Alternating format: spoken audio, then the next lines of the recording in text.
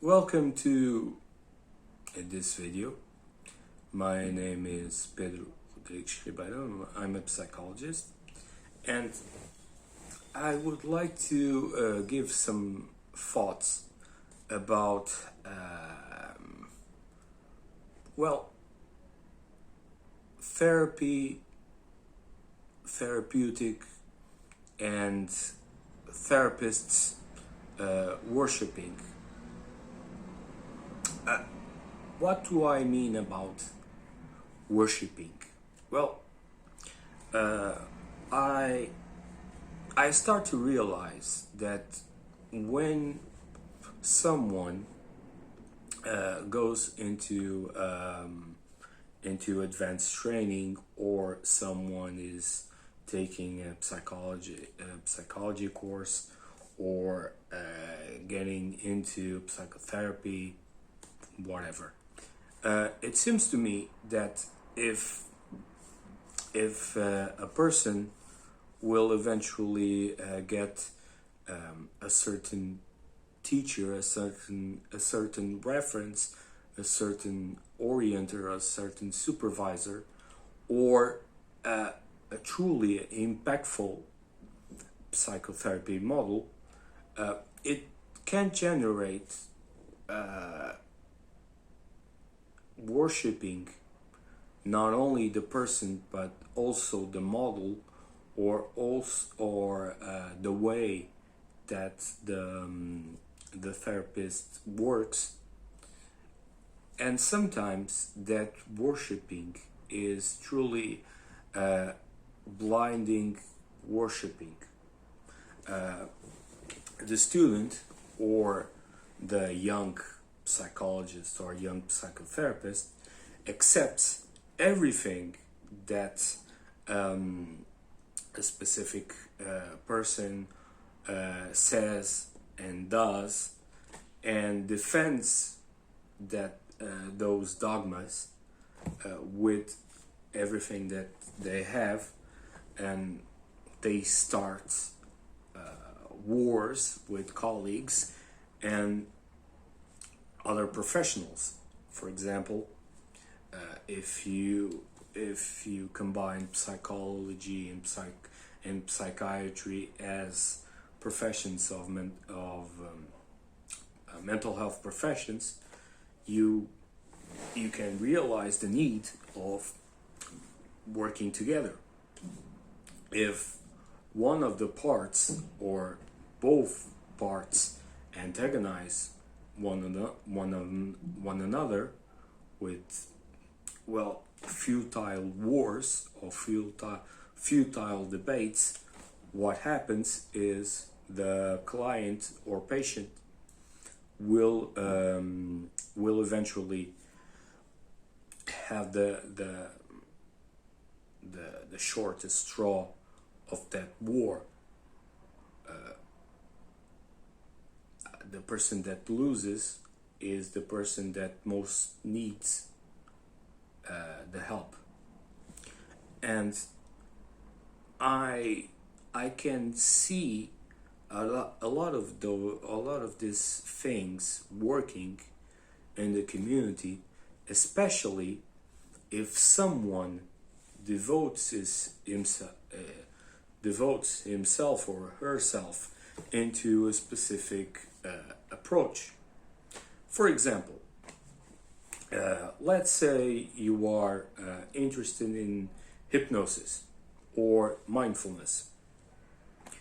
You don't know anything about hypnosis or mindfulness. You only know some concepts. You most likely read an article or two, or a book or two, and you are starting to get into hypnosis and mindfulness, and you realize, well, I really need more training. So you start to go into Google and to do a Google search to track some courses, some advanced training, and eventually you will find a specific course, a specific training, training program who has a certain individual that most people recommend it, and most people speak about that person as a true master, a guru, an inspiration, an influential figure. So you go online, you start to make your registration, you pay for the training, the course, and then there comes the day. You go into the hotel or the training facility or the training space, the place that the course and the training is occurring.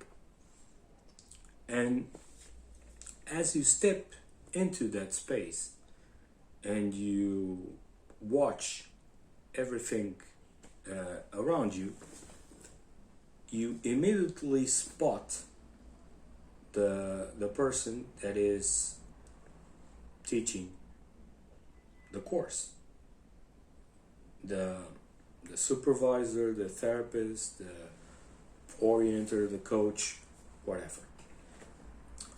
Most likely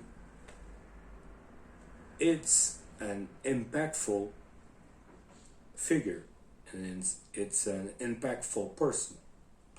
The way that he conducts himself, the way that he speaks, the way that he thinks, it oozes confidence, it oozes knowledge.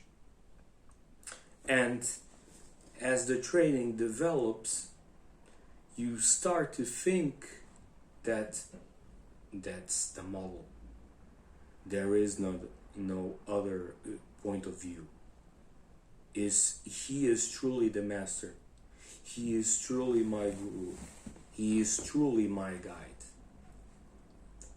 And when the training ends, you go online or you go into conversations with your colleagues and you start to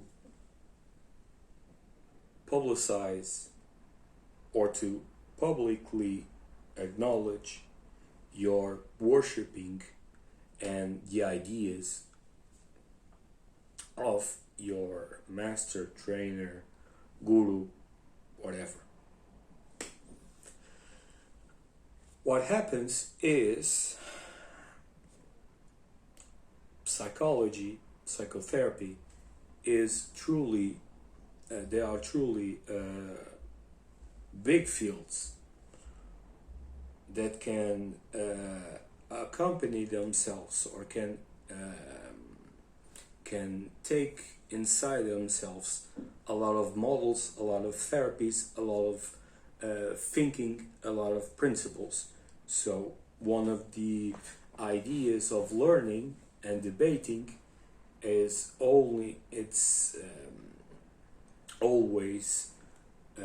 start a conversation between colleagues, especially from different perspectives.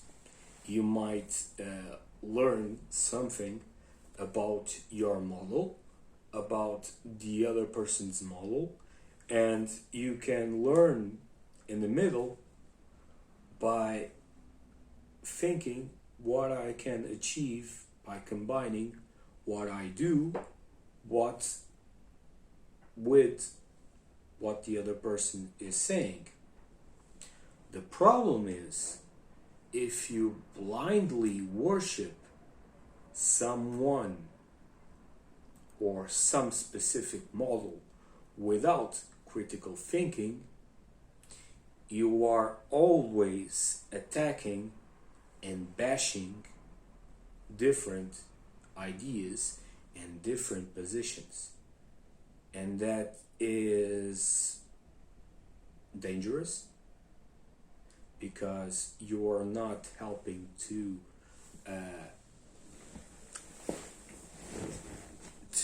the growth of your profession, of your field, and you're not you're not achieving, you're not getting the possibility of learning something different and something that can be valuable to your client or to your patient. If you're not doing that, you are doing a lousy job, a very dangerous job. In the end, what matters is the well-being and the development of the client, the patient, the human being that comes to us and asks for our help. Blindly worshiping a specific model, a specific person, not even the model, it only originates war, futile conversations and debates, and nowadays online bashing and closed-minded way of conducting our professional work. So I end this video with the belief that our profession, our job, requires us to always to do a continuously learning process. It's not only what we learn at college, at university, at our course, but always learning, always developing, always refining the way that we do therapy, and also the way that we see and feel the therapy process. So thank you for your time, and I'll see you in the next video.